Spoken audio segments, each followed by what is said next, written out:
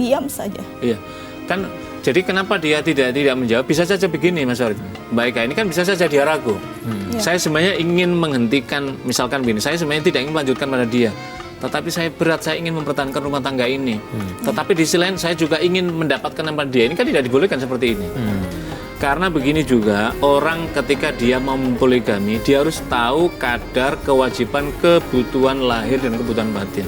Kebutuhan lahir itu apa? Materi. Ini untuk yang satu saja, ini tidak terselesaikan gitu loh. Masa berarti kan menambah beban masalah yang kedua. Yang kedua, seringkali, mohon maaf, orang itu dihinggapi rumput tetangga lebih hijau daripada rumput di rumah tangga. Itu fata morgana dan itulah bahasan dari yuwaswisu fi sudurinas, bisikan setan yang kemudian kalau di dalam surat Al-Hijr itu kan keburukan itu oleh setan itu dipoles sedemikian rupa sehingga nampaklah ini indah sekali, padahal ketika sudah masuk terjebur barulah orang merasakan keburukan semacam ini.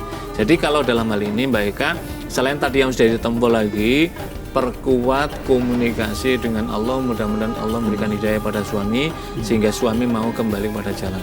Saya tidak tahu seberapa besar tingkat, mohon maaf, apa itu praktek kehidupan keagamaan, mohon maaf ini personal, kehidupan keagamaan seorang suami Mbak Eka. Agak kurang. Jadi kalau orang itu, mohon maaf ya, kalau orang itu jauh dari tuntunan agama, kata hadis menjelaskan apa? Qaswatul qalbi, hatinya itu keras. Kalau hatinya keras, mendengar suara suami, istri, mendengar itu dia keras sekali, dia nggak mudah tersentuh gitulah. Tetapi ketika orang itu diajak mau ke tuntunan agama, masya Allah, orang itu mudah empati, mudah bersimpati, menitik air mata. Karena apa? Orang merasa berdosa, kemudian dia ingin memperbaiki kesalahan-kesalahan. Baik, Bu Eka, kembali lagi soal yang belum punya anak. Ibu Eka sudah sempat periksa? Sudah, tapi memang kata dokter normal semua karena memang belum dikasih aja. Belum dapat rezeki aja. Belum dapat rezekinya. Nah, hal-hal ini Ibu Eka sudah mencoba membahas dengan suami? Dan suami sebenarnya awalnya sering bilang nggak ada masalah gitu, ya udah jalanin saja. Tapi ternyata ya saya diginiin ya. Nah, suami juga ikut periksa atau cuma Bu Eka saja yang periksa? Kalau periksa saya aja. Ibu Eka saja. Karena suami dari yang pertama, istrinya yang dulu sudah memiliki anak. Sudah memiliki anak. Bu Eka ada usaha untuk mencoba ikut program apa gitu? Sudah, tapi lebih banyak dianya cuek. Dianya cuek, nggak support ya, nggak mendukung ya? Jadi saya suka banyak konsultasi aja ke teman-teman, terus saya konsultasi ke dokter. Baik Pak Ustadz, jika memang ternyata anak adalah alasan utama bagi suaminya, sebaiknya apa yang harus suami itu lakukan ke Bu Eka disampaikan Pak Ustadz? Yang pertama adalah dibangun kesadaran bahwa anak ini amanah Allah. Yang kedua adalah ikhtiar bersama. Kalau di dalam Al-Quran itu kan gambarannya kan begini, istri itu kan nisa'ukum harsul lakum fa'tu harsakum annasitum. Istri-istrimu itu adalah bagaikan sawah ladang, tempat bercocok tanam, maka bercocok tanamlah sesuka hatimu. Itu maknanya apa? Jadi diumpamakan seperti ladang, itu mestinya harus apa? Harus, kan ini kan sama dengan menanam jenis tumbuh subur dan apa, itu berarti kan ikhtiar masing-masing. Kalau tadi Mbak Eka tadi sudah menyampaikan secara medis, konsultasi ini juga bagian dari ikhtiar duniawi yang dianjurkan juga oleh agama, supaya tidak menimbulkan fitnah di antara suami dan istri saling menuduh tadi itu. Ternyata subur. Ini berarti kan persoalannya suami tadi karena kebetulan sudah pernah menikah, diberi keturunan, berarti kan sama-sama subur. Tinggal yang kedua kan meminta kepada siapa? Kepada zat yang wanafahtu fi miruh, yang meniupkan ruh pada janin di rahim seorang ibu. Maka berarti apa? Berarti meminta pada dia gitu loh. Karena itu dia boleh berputus asa. Makanya di dalam Al-Quran kan kita ingat bagaimana kisah Nabi Ibrahim alaihissalam. Nabi Ibrahim di dalam banyak riwayat itu ada yang menyebutkan 82 tahun baru dikarunia anak, lahirlah Nabi Ismail alaihissalam. Karena apa? Ketika istri yang pertama, yang kedua baru kemudian Nabi Isa alaihissalam. Itu adalah lama. Kalau kita buka lagi di dalam Nabi Yakub alaihissalam juga seperti itu. Kemudian Nabi Zakaria juga seperti itu. Sudah di penghujung.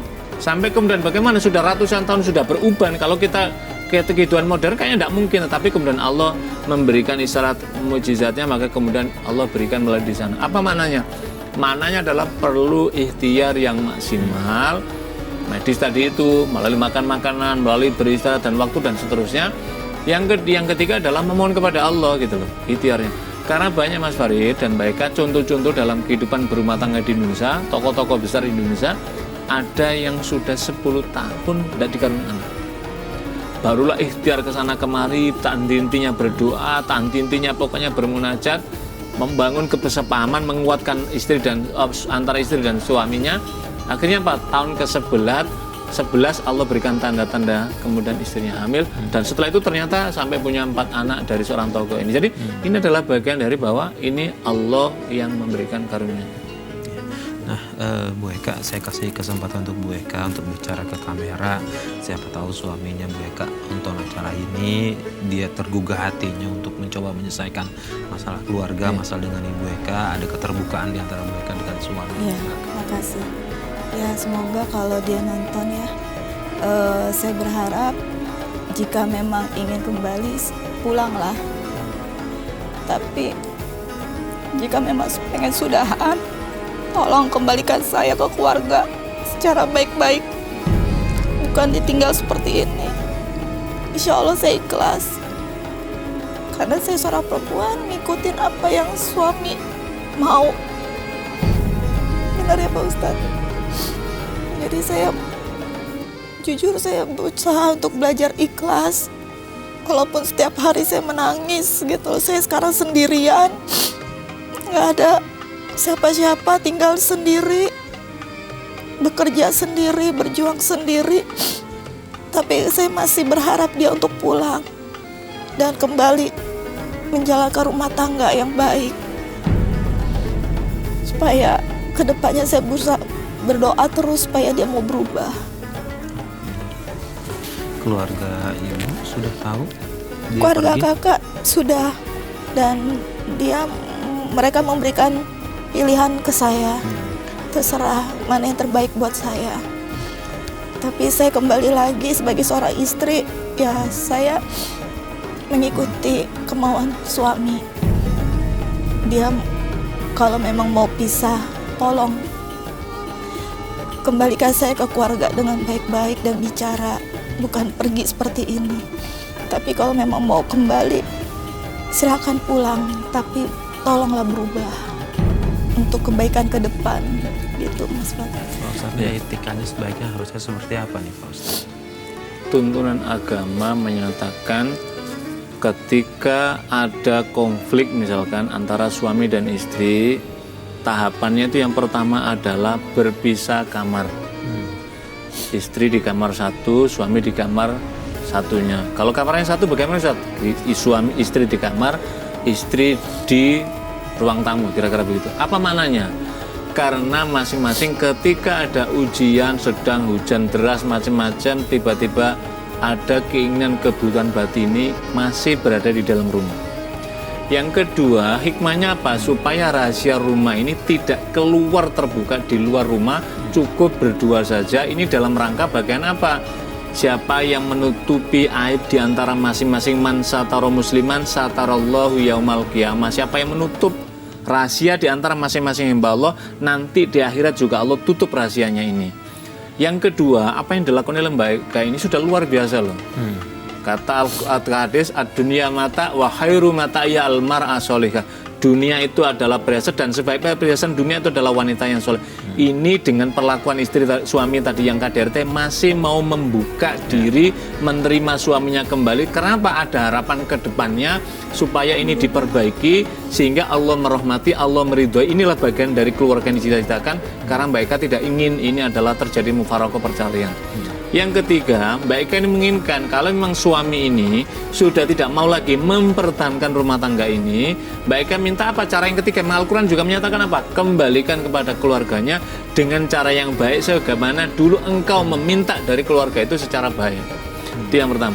Yang keempat, Mbak Eka, saran kita, ini kita tidak tahu ya, jangan-jangan memang suami ini mungkin sedang merefresh diri, keluar mencari suasana baru, mencari waktu ketika sudah dalam hatinya damai, tenang, mungkin kembali lagi. Mungkin dia juga mengevaluasi diri, dan kita juga melalui media ini mudah-mudahan suaminya baik menyaksikan, dan mudah-mudahan Allah menurunkan hidayah kepada dia, meluluhkan hatinya sehingga dia mau kembali, dan kita juga mendoakan mudah-mudahan Allah merukan kembali. Yang terakhir Mas Farid, kepada nasihat untuk Mbak Eka, perkuatlah hubungan dengan Allah. Iya. Ibadahnya dilaksanakan, memintalah karena Allah yang mengantarkan suaminya baikkan kepada baikkan dan pada suami, mintalah supaya dikembalikan kerukannya dan dijadikan seperti doa dalam berumah tangga. Rabbana hablana min azwajina wa dzurriyyatina qurrata ayunin. Allah jadikan rumah tangga menjadi rumah sakit. Ya Allah, kembalikanlah suamiku, kembalikanlah hatinya pada jalanmu, tuntunlah kami jika ada di antara kezaliman, dan mudah-mudahan kau menerima apa yang dilakukan dalam berumah tangga. Saya kira itu Mbak Eka ya. Kalau dia tidak pulang lagi, saya seorang diri kan ada hukum-hukumnya ya.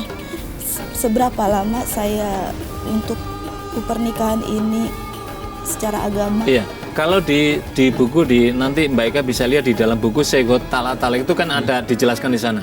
Apabila sekian bulan istri meninggalkan dan tidak memberikan informasi dan tidak memberikan nafkah, kemudian istri keberatan atas perlakuan suami dan mendatangi ke pengadilan agama, kemudian pengadilan agama menerima, maka jatuhlah talaknya. Itu namanya talak hulu, istri mengajukan.